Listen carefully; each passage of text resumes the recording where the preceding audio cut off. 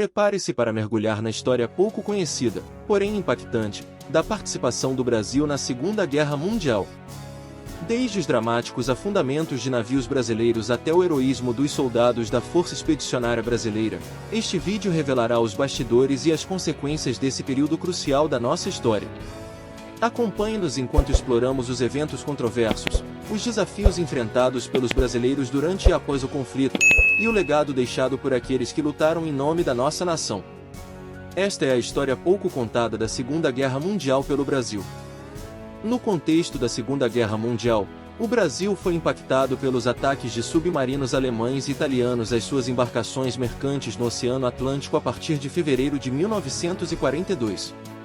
Esses ataques foram uma represália à adesão do Brasil aos compromissos da Carta do Atlântico, comprometendo sua neutralidade teórica. A pressão para que o Brasil se alinhasse com os Estados Unidos e os aliados cresceu, especialmente após o ataque a Pearl Harbor. Fatores como as tentativas de ingerência nos assuntos internos pelo eixo, a dificuldade de manter relações comerciais estáveis com esses países devido à pressão naval britânica e americana, e a política de boa vizinhança de Roosevelt contribuíram para essa aproximação. Em 1942, os Estados Unidos instalaram bases aeronavais ao longo da costa norte-nordeste brasileira, sendo a mais importante delas a base de Trampolim da Vitória, em Parnamirim, próximo a Natal. Essas bases foram cruciais para o esforço de guerra aliado, especialmente antes do desembarque de tropas anglo-americanas no norte da África. A partir de 1943, com a estabilização da frente italiana e o enfraquecimento da campanha submarina alemã, as bases americanas no Brasil foram gradualmente desativadas, embora algumas tenham permanecido até 1960. Os ataques aos navios mercantes brasileiros, que resultaram na morte de mais de 1.000 pessoas, precipitaram a entrada do Brasil na guerra ao lado dos aliados. Os ataques se concentraram inicialmente no Caribe e na costa leste dos Estados Unidos, antes de atingirem o litoral do Nordeste brasileiro. O Brasil declarou guerra ao eixo em agosto de 1942, após o afundamento de 6 navios brasileiros em apenas 2 dias. A cintura do Atlântico tornou-se uma área estratégica devido ao bloqueio do Canal de Suez, levando a ações para proteger as rotas de transporte marítimo. As bases no Brasil foram essenciais nesse esforço. Incidentes como o afundamento do navio mercante Cabedelo em fevereiro de 1942, com 54 mortos, mostraram a crescente ameaça submarina. O Brasil foi considerado hostil pelo eixo após o rompimento de relações diplomáticas e a concessão de bases aos americanos no Nordeste. Até o final de julho de 1942, outros navios brasileiros foram atacados e afundados longe do litoral, resultando em diversas baixas. O Brasil se viu diretamente envolvido no conflito, sofrendo perdas significativas em sua marinha mercante e posteriormente na marinha de guerra. Entrada na guerra. Apesar dos meses de torpedeamento de navios mercantes brasileiros, foi somente após uma intensa pressão popular, com manifestações nas ruas exigindo a declaração de guerra à Alemanha nazista e à Itália fascista, que o governo brasileiro reconheceu oficialmente o estado de guerra em agosto de 1942. Naquela época, o Brasil enfrentava desafios significativos, com uma população majoritariamente analfabeta e uma economia voltada principalmente para a exportação de commodities, o que tornava seu envolvimento na guerra um passo delicado e complexo. A formação da Força Expedicionária Brasileira, FEB, enfrentou vários obstáculos, com sua criação sendo adiada por 1 ano após a declaração de guerra. Somente em julho de 1944, quase 2 anos depois, é que a FEB começou a ser enviada para a frente de batalha na Itália.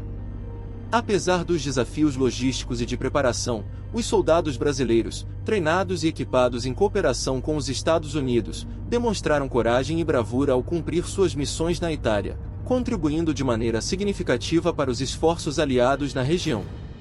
Além disso, é importante destacar o significado do termo "a cobra vai fumar", popularizado durante a Segunda Guerra Mundial. A expressão surgiu como uma resposta patriótica e desafiadora à ameaça representada pelos países do eixo, indicando que o Brasil estava pronto para lutar e defender seus interesses nacionais contra qualquer agressão estrangeira. Os combatentes brasileiros na Segunda Guerra Mundial enfrentaram condições adversas e desempenharam um papel crucial nos campos de batalha, garantindo a segurança e a defesa dos interesses do Brasil e contribuindo para a vitória dos aliados. Sua coragem e sacrifício merecem ser lembrados e honrados como parte da história militar do país. Participação da Força Aérea. Durante a Segunda Guerra Mundial, o Brasil desempenhou um papel importante no apoio aos aliados por meio da sua Força Aérea. Um marco significativo foi a criação do primeiro grupo de aviação de caça em dezembro de 1943. Os pilotos brasileiros foram treinados e equipados para voar o Republic P-47 Thunderbolt e foram enviados para a Itália para integrar as operações militares na região. No campo de batalha italiano, os pilotos brasileiros realizaram missões de ataque a alvos estratégicos, como pontes, depósitos de munição e veículos de transporte inimigos.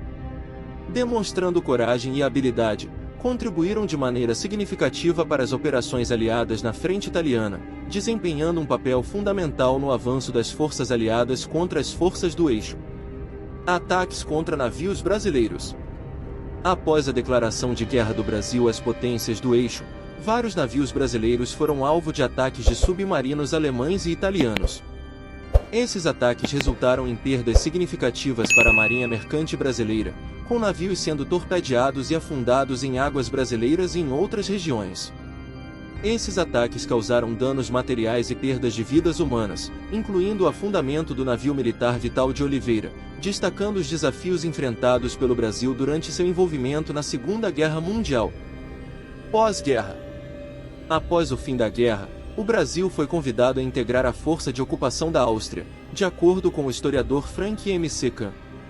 No entanto, logo após o término da guerra, o governo brasileiro decidiu desmobilizar oficialmente a Força Expedicionária Brasileira, FEB, ainda em solo italiano.